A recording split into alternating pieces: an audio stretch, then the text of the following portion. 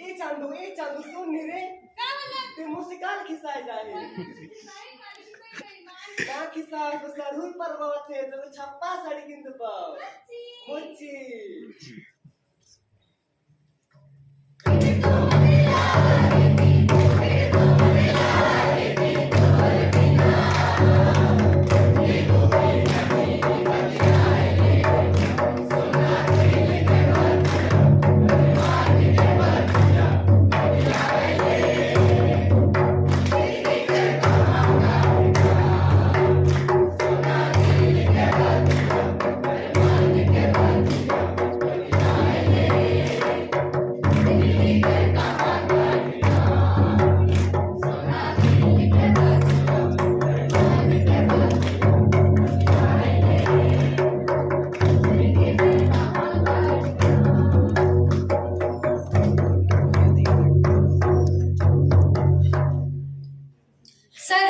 सरुल पर प्राकृतिक संबंधित त्योहार है। यह चैत्र माह की शुक्ल पक्ष की तिथिया को मनाया जाता है। इस पर्व में साल के वृक्ष की महत्वपूर्ण भूमिका होती है। यह पर्व बसंत के मौसम में मनाया जाता है। इस समय साल के वृक्षों पर नए फूल खिलते हैं। यह पर्व 4 दिनों तक मनाया जाता है।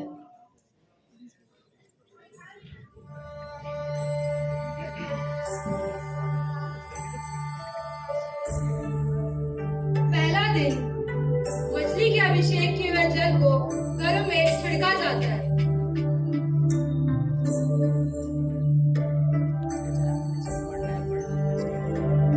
दूसरा दिन उपवास रखा जाता है तथा गांव का पुजारी गांव के हर घर की छत पर साल के फूल रखता है।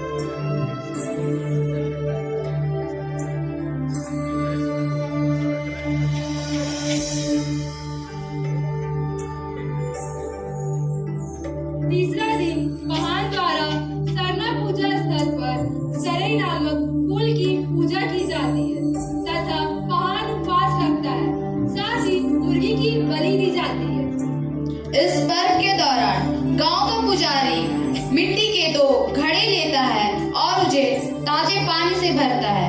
यदि दूसरा दिन घड़ों में पानी भरा रहता है तो अच्छी बारिश की भविष्यवाणी करता है। यदि कम रहता है तो अकाल की भविष्यवाणी करता है। तो आइए हम अब पहन की बातों को सुनते हैं। सुना गाँव एगो खुशी कर बात है। इस बार अच्छा हुए कहे कि हमरे का 2 घड़ा में पानी छल छल भरल है। तो चला हम सब मिलके एक खुशी में नाच गान करब। चला चला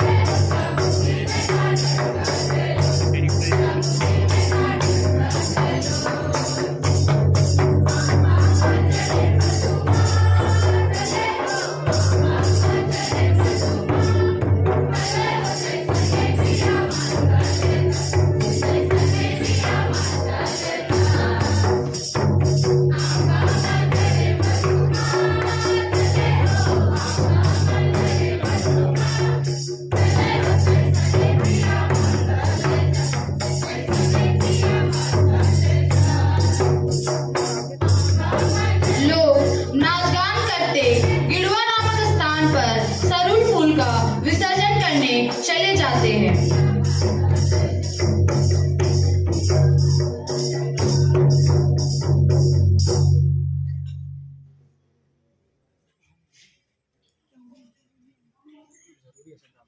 तो आइए अब हम बिहार राज्य की ओर चलते हैं। बिहार के सोन नदी की तराई में रोहतासगढ़ किला है। 12वीं सदी के समय वहां के राजा रोहिदास थे। उनकी इकलौती पुत्री सिंधी बचपन से काफी चंचल और निडर थी। कुशाग्र बुद्धि वाली सिंगी शारीरिक रूप से काफी मजबूत थी। राजा रुईदास राजकाज में बेटी की सलाह लिया करते थे। यह देख रानी कहती, महाराज, मेरी बुद्धि तो परमेश्वर को राजकाज करना चाहिए। महारानी, आज वो सिंधी की काबिलियत का अंदाजा नहीं है। मैं जानता हूँ मेरी पुत्री क्या कर सकती है। सिंगी दई को बचपन से घुड़सवारी का शौक था। सेनापति की बेटी कैली, उसकी दोस्त और राजदार दोनों जनता के सुख दुख, उनकी जरूरतों की जानकारी लेना, राज्य की सीमा पर नजर रखना, कहीं से कोई घुसपैठिया अंदर ना आ जाए, ऐसी बातों की जानकारी सिंगी दई चुपचाप लिया करती थी। सिंगी का यह अनुभव तब काम आया जब दिल्ली पर कब्जा कर चुकी मुगल सेना रोहतासगढ़ पर कब्जे के इरादे से हमला कर दिया। मुगलों ने छल से काम किया। रोहतासगढ़ की एक ग्वालिन पड़ोसी राज्य में दूध बेचने जाया करती थी और उन्होंने चंद पैसों के लिए रोहतासगढ़ की सभी खबरें मुगलों को देने लगी। क्या खबर लाई हो? सेनापति, गांव में त्योहार आने वाला है। सभी गांववासी अपने अपने कामों में व्यस्त रहेंगे। उसका फायदा उठाते हुए अपने कामों को अंजाम देंगे।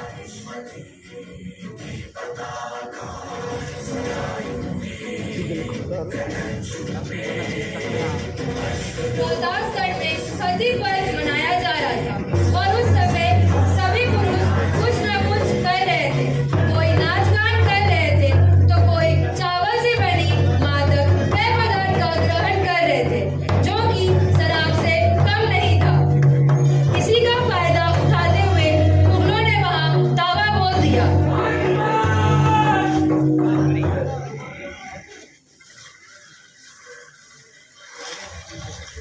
गांव की सभी महिलाएं बहुत चिंतित हो गई।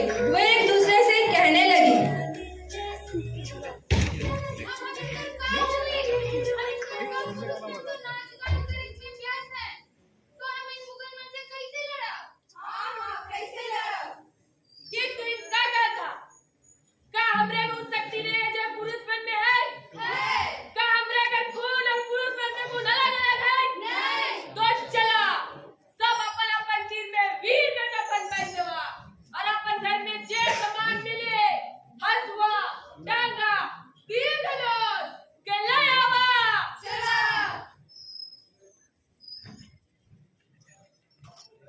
सभी महिलाएं पुरुष का वेशभूषा धारण किए हुए मुगलों से युद्ध करती हैं और मुगलों को पता तक नहीं चलता कि वे महिलाएं से लड़ रहे हैं। अतः महिलाओं ने अपनी वीरता को जगाया और सभी मुगलों को अपने रोहतासगढ़ के इलाकों से मार भगाया।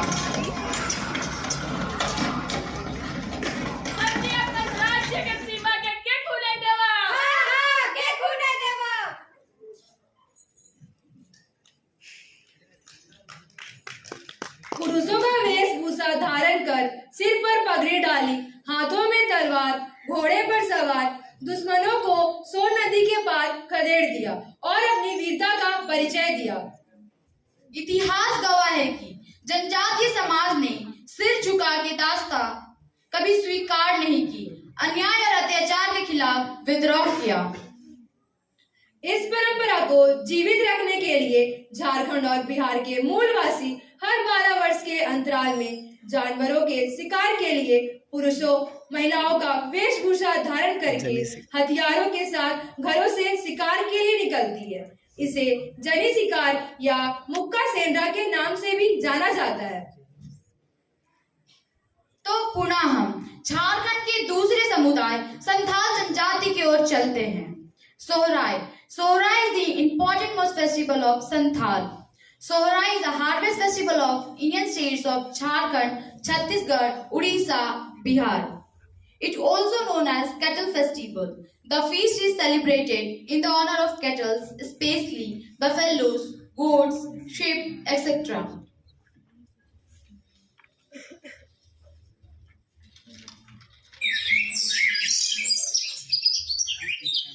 इस त्योहार में गुहार घरों अथवा पुरुषों के रहने वाले घरों को साफ सफाई किया जाता है। कोई महिला झाड़ू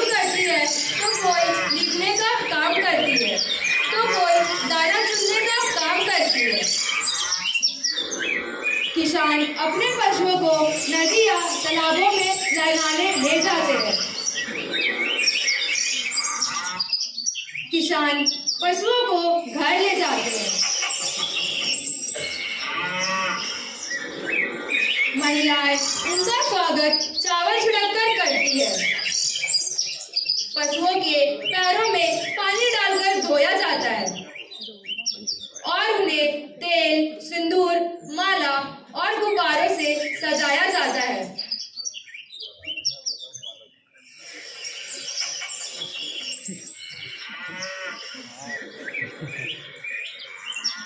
पशुओं को दाना भी खिलाया जाता है, जिसमें उड़द, चना, अरहर, साथ में डुंगू भी दिया जाता है।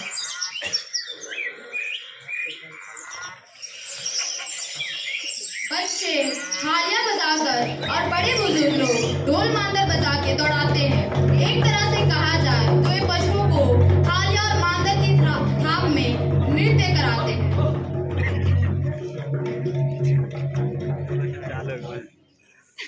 इस दिन सभी लोग मिलकर भोजन करते हैं।